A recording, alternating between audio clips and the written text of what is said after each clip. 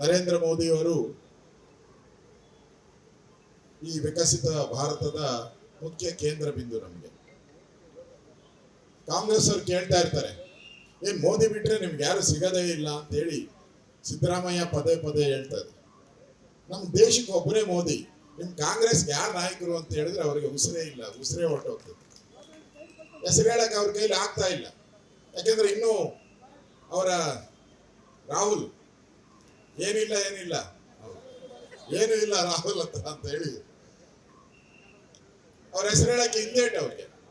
ಮತ್ತು INDA ನಾಯಕತ್ವ ಯಾರು ಕೊಡಬೇಕು ಅಂದಾಗ ಮಮತಾ ಬ್ಯಾನರ್ಜಿ ಅವರು ಹೇಳಿದ್ರು ಖರ್ಗೆ ಅವರಿಗೆ ಕೊಡಿ ಅಂತ. ಇಲ್ಲಿ ಸಿದ್ದರಾಮಯ್ಯನವರು ಹೇಳಿದ್ರು ನೋ ಖರ್ಗೆ, ಓನ್ಲಿ ರಾಹುಲ್ ಗಾಂಧಿ ಅಂತ ಹೇಳಿದ್ರು. ಅಂದ್ರೆ ದಲಿತರಿಗೆ ಎಷ್ಟು ಪ್ರೀತಿ ತೋರಿಸ್ತಾರೆ ಕಾಂಗ್ರೆಸ್ ಅವರು ಅನ್ನೋದು ಇದರಿಂದ ಅರ್ಥ ಆಗ್ತಾ ಇದೆ. ದೇಶಕ್ಕೆ ಇವತ್ತು ನರೇಂದ್ರ ಮೋದಿಯವರ ನಾಯಕತ್ವ, ಕರ್ನಾಟಕಕ್ಕೂ ಕೂಡ ನರೇಂದ್ರ ಮೋದಿಯವರ ನಾಯಕತ್ವ, ನಾವೆಲ್ಲರೂ ಕೂಡ ಜನ ಮೆಚ್ಚುವಂತ, ಪ್ರಪಂಚ ಮೆಚ್ಚುವಂತ ಒಬ್ಬ ನಾಯಕ ನಮಗೆ ಸಿಕ್ಕಿದ್ದಾರೆ. ಆ ದೃಷ್ಟಿಯಿಂದ ವಿಕಸಿತ ಭಾರತದ ಮುಖಾಂತರ ಜನಗಳಿಗೆ ನಾವೆಲ್ಲವನ್ನ ತಿಳಿಸಬೇಕಾಗಿದೆ.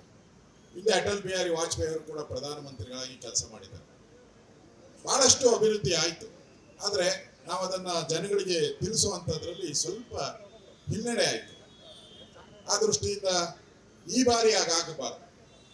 ಎಲ್ಲರೂ ನಾನು ಕೇಳಿದಾಗ ಅಣ್ಣ ನರೇಂದ್ರ ಮೋದಿನೇ ಗೆಲ್ಲದ್ ಬಿಡೋಣ ಅಂತ, ಹಂಗಂತ ಮನೆಯಲ್ಲಿದ್ರೆ ಏನು ಆಗಲ್ಲ. ಅದು ಕೈ ಕೆಸರಾದರೆ ಬಾಯಿ ಮೊಸರಾಗ್ತದೆ.